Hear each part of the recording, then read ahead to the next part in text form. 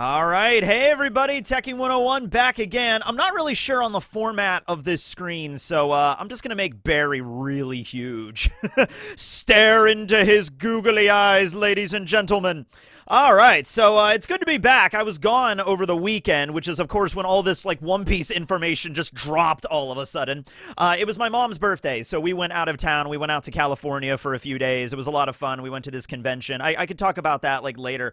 But, yeah, while I was gone, we had this One Piece teaser trailer for the live-action drop. We also had a new opening and ending to the One Piece anime that I gotta talk about, and there's a new chapter this week, so, like, a lot of One Piece stuff to unpack here, so let's just dive right into it. It is a teaser trailer, so it's only about a minute long. We don't get, like, an incredible amount of information, but enough to get us excited for Season 2, and, at the end, a confirmation that Season 3 is going to happen as well, which of course it would have had to, because Season 2 does not include all of Alabasta. Season 2 goes up to the end of Drum, which, by the way, we do not see anything of Drum Island in this trailer, which is, I actually think, a pretty good idea to do that. Like, I don't know, they might be still, you know, editing, finishing up stuff for Drum Island, so they probably didn't want to use it here, but even if they were finished, I think it's probably a good idea to hold that off until, like, maybe the actual proper trailer, maybe when we get, like, closer to the actual release date, which will be early next year in 2026, we can get a drop of, like, Wapple or something like that too, okay? Or Kureha,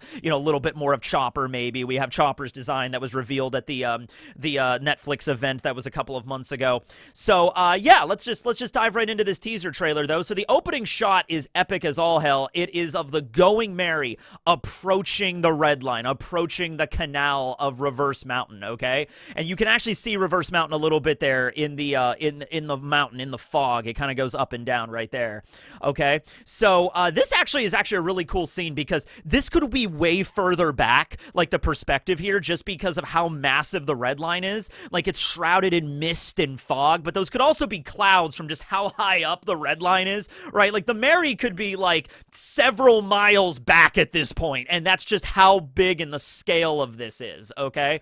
So that's a really epic shot. It also opens with, you hear the sound of a whale as the Mary is approaching, like a whale cry as we're approaching the Reverse Mountain because of Laboon. And at the end of it, kind of bookends the trailer, because at the end of this, we also see the shot of the Mary sailing down Reverse Mountain, and we do see Laboon, which is really cool.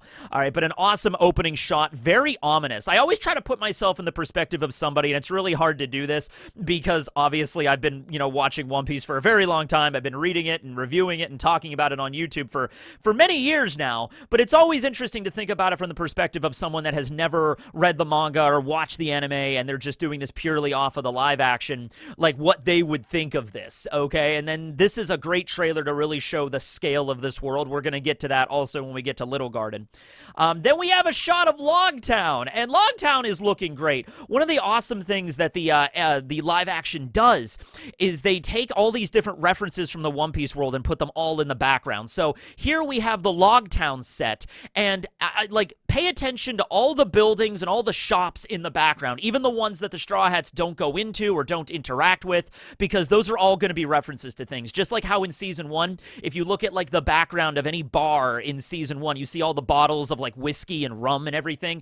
Those labels on those bottles are, like, references to things in the One Piece world. I think at the shipbuilding yard in Syrup Village, where Usopp worked in Season 1, you have boxes of, like, shipbuilding tools that say Galley La Company on them. It's just really little things like that you might just miss as a casual viewer, but if you're a really big fan of One Piece, you notice these things in the background, and it's crazy. Case in point, this building right behind the statue's ass, is the Manmeyer building, which Manmeyer is the name of a celestial dragon family. It's one of the 20 founding families of the world government, and this is actually not the first time we've seen this. We also saw it in the promotional still here.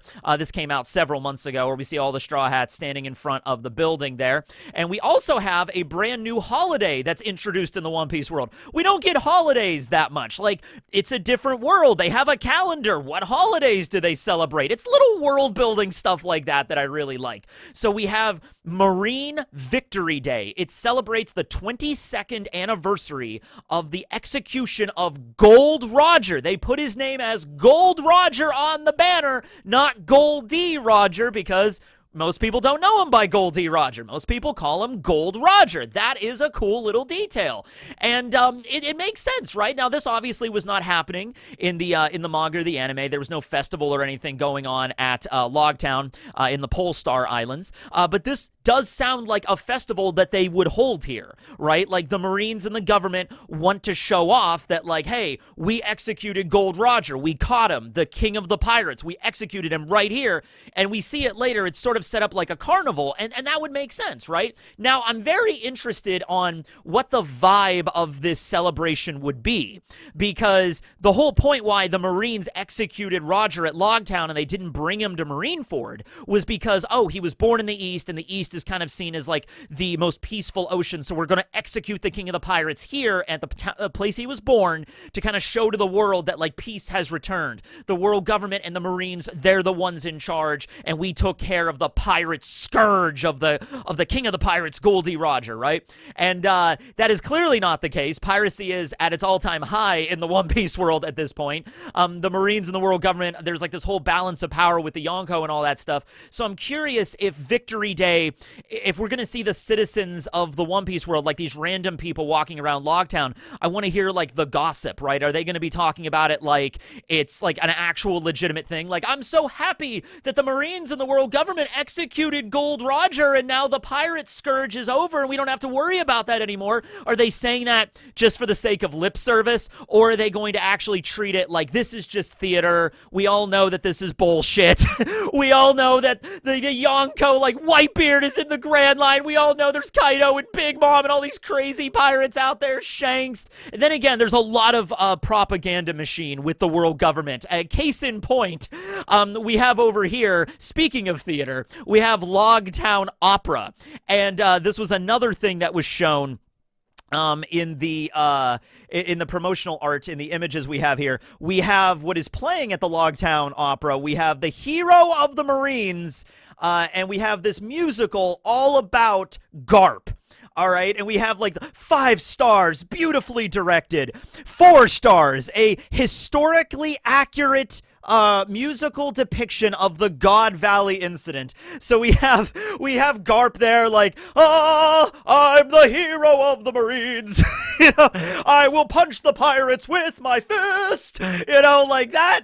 That is great. That is like the world building I want to see in One Piece. Now, I'm really curious if we're gonna see any of this. Like, I don't know, Usopp pops his head into the theater and we see. Just give me a glimpse of this, please. I hope that I want to know what the hero of the Marines musical is like, because they're probably not going to reference rocks, because the government doesn't want to reference rocks. So they might just, like, paint this as an image of, like, there was a really strong pirate. Like, maybe they make a guy like rocks, but not really. Like, they change his name and stuff because they don't want people to know about him. And so there's this new pirate guy they created, and then Garp was the one that defeated him at God Valley, and maybe you could have him beating the shit out of Roger there too, because obviously it's the government propaganda of, like, Garp is the hero, he's their poster child. Garp is essentially like the Uncle Sam figure in the One Piece world. Like, you know, I want you to join the Marines today. Like, they would plaster Garp or maybe like Sengoku everywhere like that, right? Okay, so that does make sense. We also have the statue holding a big stone, like, ribbon thing that says the end. So it would also be the beginning and the end, because that's what Logtown is. Prologue, epilogue. So that all makes sense there. That tracks. But yeah, just pay attention to the background of all these shops and statues and all these plaques and everything that we're going to see during Logtown, because I know that the costume and the set department and everything is going to go crazy with it. Next up, this is going to be Little Garden right here, okay? So we have 3 main filming locations in this trailer that we focus on. We have the Logtown set that was built. We also have the Whiskey Peak sort of old western, like, desert sort of town. And then we have Little Garden, which is filmed on location, looks gorgeous. We have a bunch of rivers and mountains and fields. There's also a jungle we see right here as we see Sanji and Zoro walking through it. I wasn't sure that was Zoro at first. first, and then we pan over here and we see Zoro wearing the bucket hat, hacking away at all the branches and brambles and stuff, using his sword as like a machete to, navigate through the jungle. A lot of people have pointed out the hat. Now, all of the costuming, the same thing with season 1, was that they go through all of the different outfits that the Straw Hats are wearing in, like, cover art, or promotional art and things like that Oda has drawn over the years. Go and check out the One Piece Color Walk books if you're into that sort of stuff, because it's really cool. Like, so Oda draws like the Straw Hats with a bunch of different outfits, so instead of them wearing the same outfits as they tend to do in the manga or the anime, typically they'll have like an outfit for each arc. At this point, Zoro wears the same outfit for quite a few story arcs until I think we get to Alabasta, we get a new one. I guess he wears a jacket during Drum Island, but eventually it gets to the point where the Straw Hats essentially have a different outfit every arc. But especially in the early parts of the series, they kind of had one. So to diversify that, they went to the color walks, and they were like, look at all these really cool designed, outfits and things that Oda drew. So I don't know exactly which one this is from, but it's most likely from one of those. And a lot of people have pointed out Zoro's hat, but honestly, I'm a big fan of it, and the reason for that is I'm also a fan of Bleach. So the first time I saw this, I'm like, wait a minute, what is Kisuke Uehara doing in One Piece? But yeah, I mean, it's a dead ringer for Kisuke's hat, so like I'm okay with that. And I don't know if that was even intentional, like when they decided to put the hat on, like example, it was like something that Oda drew first, but they were designing the hat, and I'm like, this looks a lot like Kisuke's hat from Bleach. But I'm like, I'm a big fan, so yeah, that's pretty cool. That's pretty cool. We're also gonna focus on Zoro's new swords here in a moment.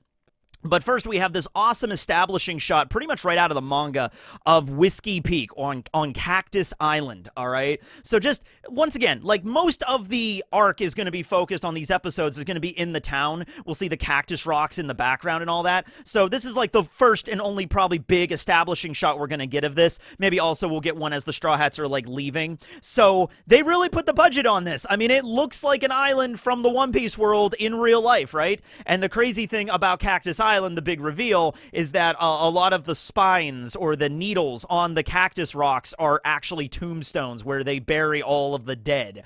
So that's a really cool touch there, and you see the town also, as the Straw Hats are approaching it. But yeah, I think just this like establishing shot, which once again, it's not going to be used like pretty often, but just like to show you where they're going and putting the budget into that, I think it looks great. So then we see them walking into Whiskey Peak here, into this old western kind of town. We do see Igaram way off to the side here, or Mr. 8, I guess I should say. We see him wearing his very notable wig over here. Is there anybody else? It looks like somebody else is wearing, I guess that might be like a cowboy hat or something like that, but somebody else wearing a straw hat right there.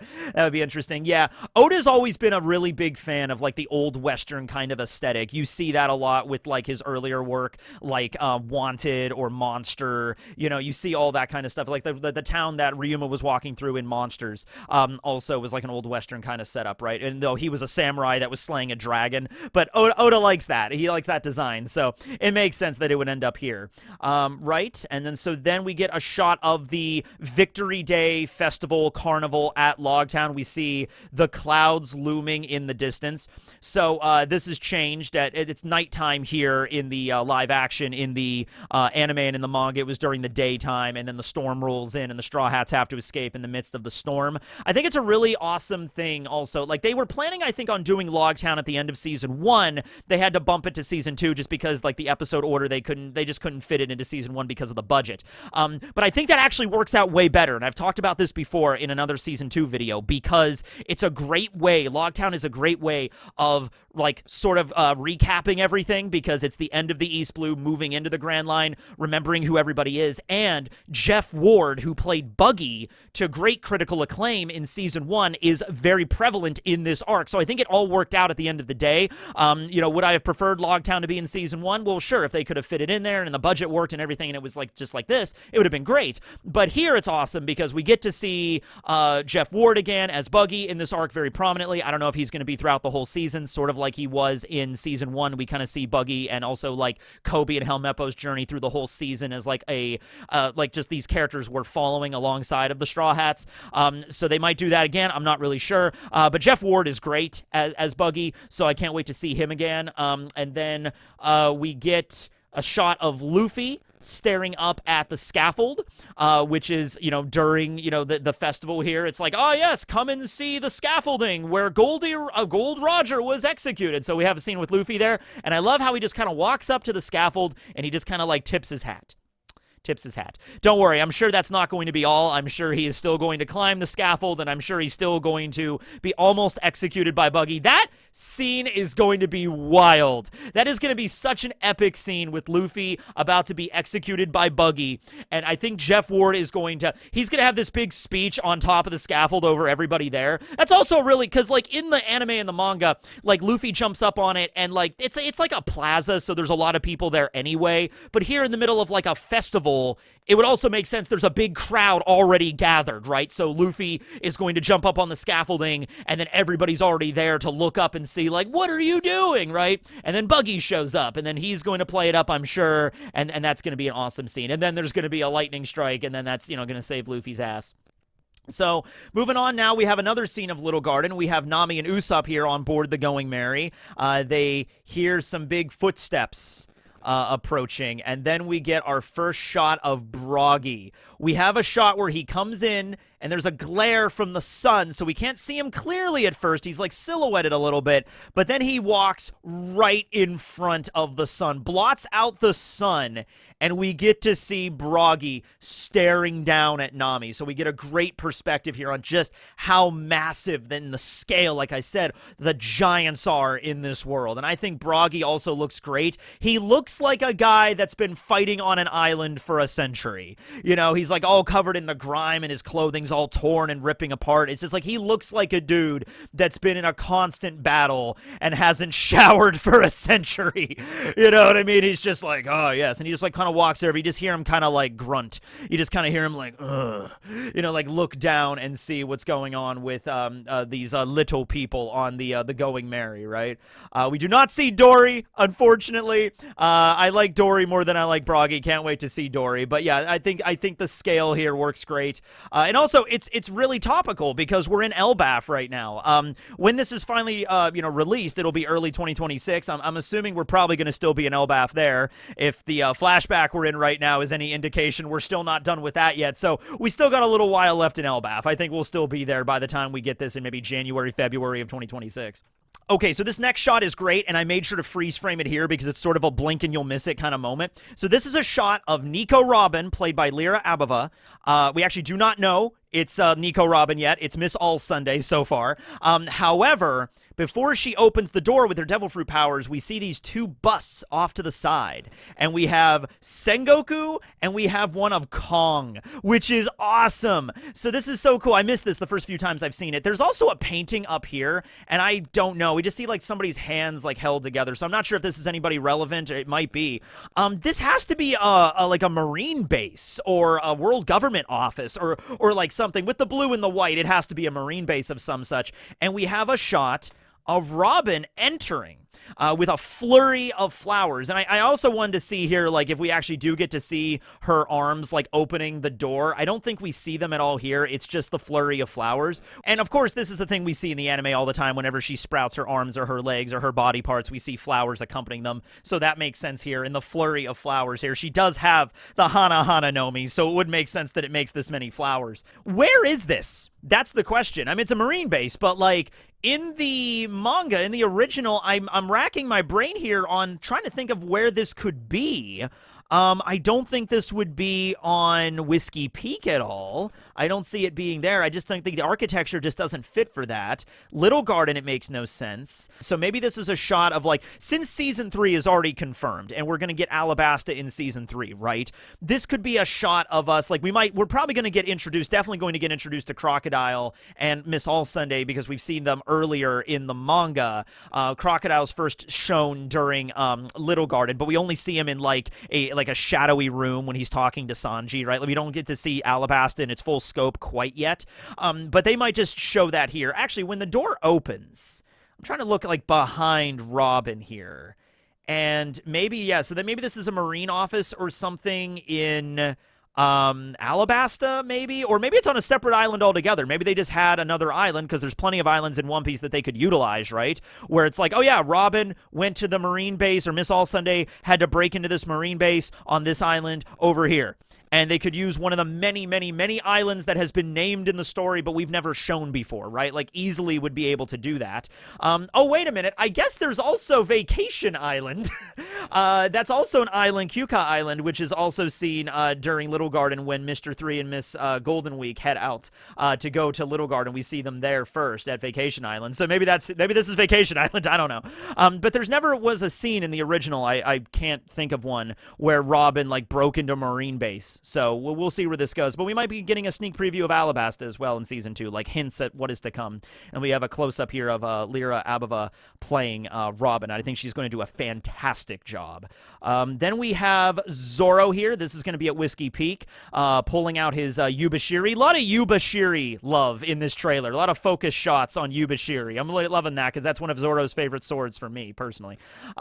Then we have, this is when the music, by the way, kicks into high gear, and we get this cool guitar riff. We get a shot of the Billower bike, where in the wheels here, we see the symbol of the Marines, and so this is Smoker's vehicle, the Billower bike, or as the 4Kids dub has it, the Smog Hog. And then we have the reveal of Smoker. He steps off of the bike.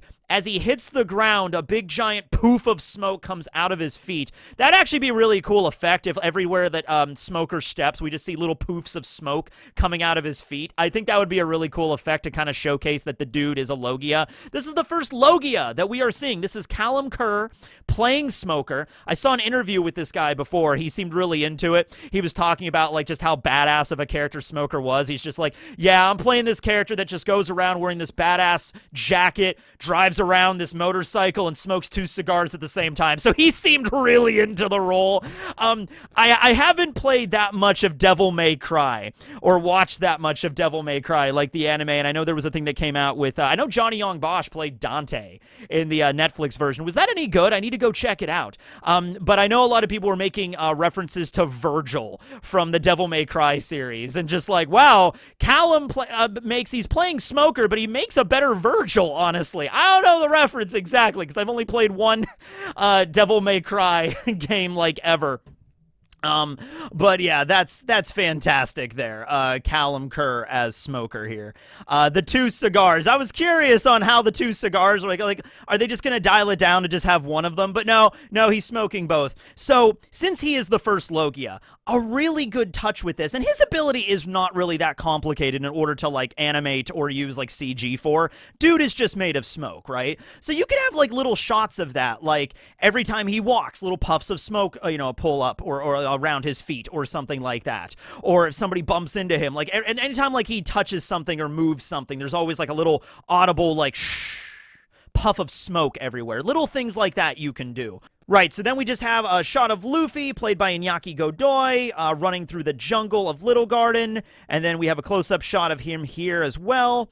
We have a scene of Sanji, played by Taz Skylar. He is kicking open the door to Mr. 3's wax house that's inside of, that's in the jungle of Little Garden, the house that he finds there. He defeats the Unluckies, and he makes the phone call to Mr. Zero. That's going to be a fun scene. I don't know if I might be misremembering here. This might be some kind of thing, but I seem to recall a shot of Taz Skylar, like, speaking on the Den Mushi to Mr. Zero. I don't know if I'm misremembering that, or if I just dreamt that, of, like, an actual scene of the actor talking on the Den Mushi. I don't know if that was revealed yet. But that's going to be a fun scene for Taz, just because that's more of him just by himself, like, basically talking to Crocodile over the phone. So that's going to be a neat shot there. I also love that Mr. 3 made, like, a wax chain and lock, which he would be able to do with his powers. Like, the very, like, small little intricate things for the house. That's a pretty cool shot. We have a scene of Nami. This is going to be at Whiskey Peak, because you can kind of tell based off of, like, the outfits and the background. So this is going to be a scene at Whiskey Peak of her looking around the corner here. We have a scene of Usopp. This is going to be at the festival at Logtown, fighting against all of the pirates there, Buggy's crew. We have a shot of Vivi, played by Charithra Chandran. I went through so many different like interviews and things trying to find out like the proper pronunciation of the actress and the actor's names. So bear with me on that. Charithra Chandran. Right, she is playing Vivi. I think she's going to do a fantastic job. I know her actress has been getting like a lot of hate mail lately with the release of the trailer. That's absolutely inexcusable. That's a deplorable thing. No actor, nobody in general should have to deal with that shit.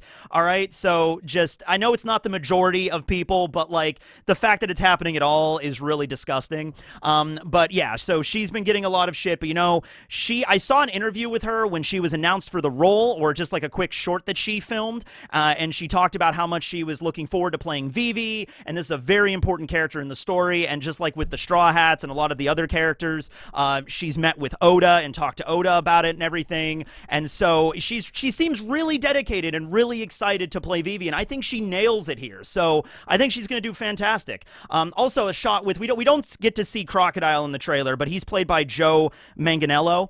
And he actually also I saw an interview with that he talked about meeting with Oda and talking about Crocodile's character. So I don't think that like every background incidental character is going to meet with Oda here, but when it comes to the main cast, the principal cast, so like the Straw Hats and then the main villains, you know, like Crocodile and, you know, we have Robin, of course, you know, who's going to be a Straw Hat later. All of those characters, you know, I'm sure sat down with Oda and Oda watched their auditions and talked to them and everything like that to make sure that like, no, you are the person that can play this character, right? Absolutely. So here is a great shot. Okay, we have Yubashiri. We have Zoro unsheathing Yubashiri. I love how they made Yubashiri's like super shiny like gold hilt. So I was thinking the other day how they were going to do the Meito grading system in the One Piece world here. If they were going to do like Wazamono, Ryo Wazamono, O Wazamono, and Saijo Wazamono. All right, or if they were going to do the way they did it, I think in the original and like the Funimation was like supreme grade and then ultimate. I think Saijo Wazamono is like ultimate grade in the official English, but I think they went back to using just like the Saijo Wazamono. You know, I thought of a way they could do it if they don't want to get it like too technical with the terms. What they could do is just like rank the swords by like a letter organization system, like rank C, B, A, and then maybe Saijo Wazamono could be like S rank blades, A rank blades, maybe something like that to make it just more streamlined so the audience can pick up on it, because there's a lot of stuff like that that happens in One Piece, like the different grading systems and things, where like it works best when you have like a chart in front of you to keep track of everything, right? So I could see like if you're watching this and you don't read the manga, you don't watch the anime, like, okay, wait a minute, how many ranks of the sword are there? You know, maybe they might show like when we get to Ippon Matsu's shop, and I can't wait to see Ippon Matsu's shop. That's going to be really cool. Maybe they might actually show on screen like the different ranks of blades and what they are. We could just go rank like C, B, A, S, or we could go like rank, you know, 4, 3, 2, 1, I guess, for numbers if you want to do it that way. Or they could keep it the original and just be like, no, like here's a nice little chart to keep to keep track of it. Wazamono is the lowest ranked blades, and then Ryo Wazamono is the one up. That's Yubashiri, and then O Wazamono is the Wado Ichimonji, the white sword here, and then we have the Saijo Wazamono, which are the supreme graded swords that are the highest level, right? So we'll see how that goes with there. But let me know what your thoughts are on that, on the different ranks of sword, how they're going to utilize those.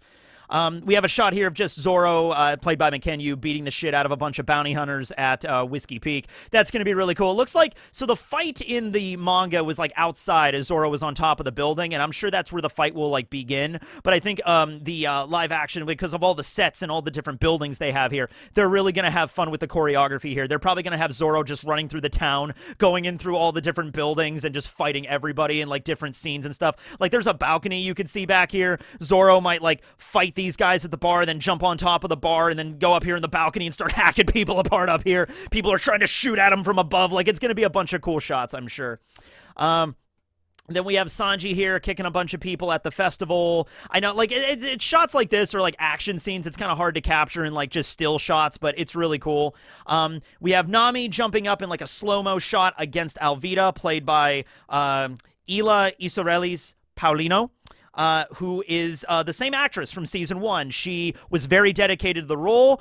They did not want to recast her, so she went and she's like, no, okay, Alvida, changes throughout the course of the series when she eats the slip fruit and she slims down. So the actress put in the effort and she went, and so it's still the same actress playing Alvida, and that is incredible to me. That just really shows the dedication to the role.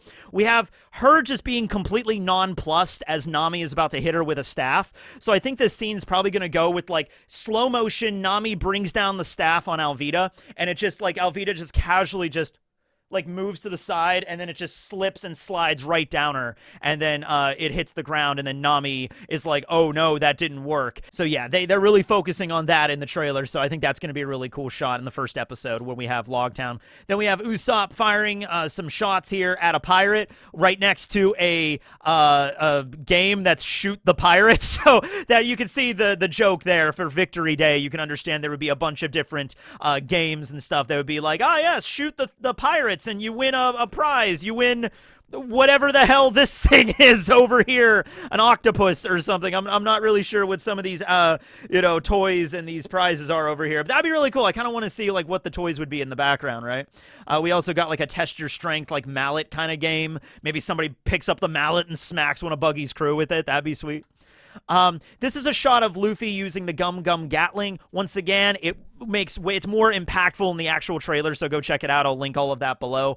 It really also, in the trailer, shows off the chaos of this technique when it starts out slow, and then it just goes into insane levels where his fists are just flying out all over the place, and you get the sound effects of the rubber bouncing off all of the walls and all that kind of shit. So that's a really good shot.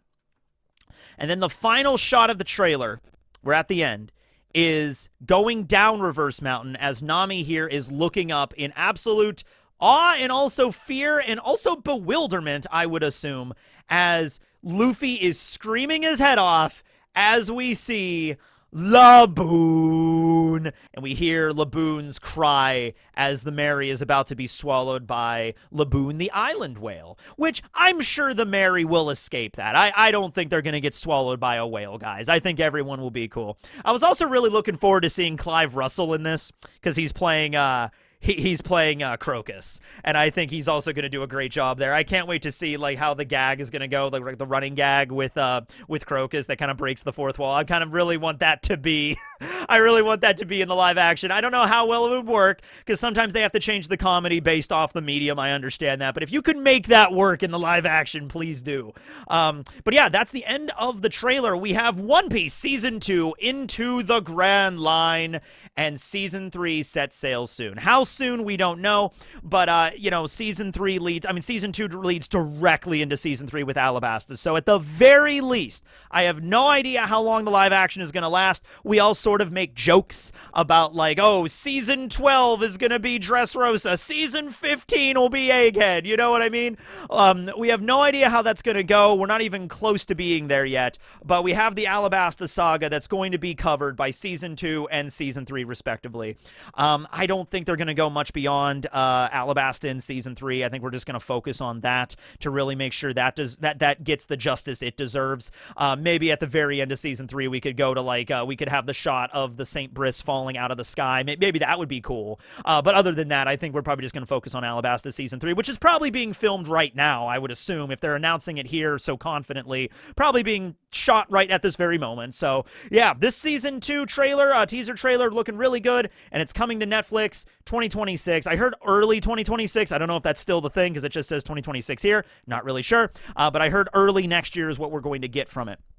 But yeah, really good trailer. I probably missed a bunch of things, so let me know what your favorite like hidden little Easter egg in the trailer was, what you noticed, what you didn't notice, all that kind of stuff. And yeah, we are going to be setting sail soon, everybody. This will be Teching 101 signing out. I got a bunch more videos coming out this week. So yeah, also today we're going to be doing Yu-Gi-Oh! Over on Twitch, me and Briggs, at around 2 p.m. I should have this video out before then, 2 p.m. Eastern Standard Time, so go check that out if you want to go see us playing some old school Yu-Gi-Oh! Thanks for watching, everybody. This will be Teching and Barry signing out.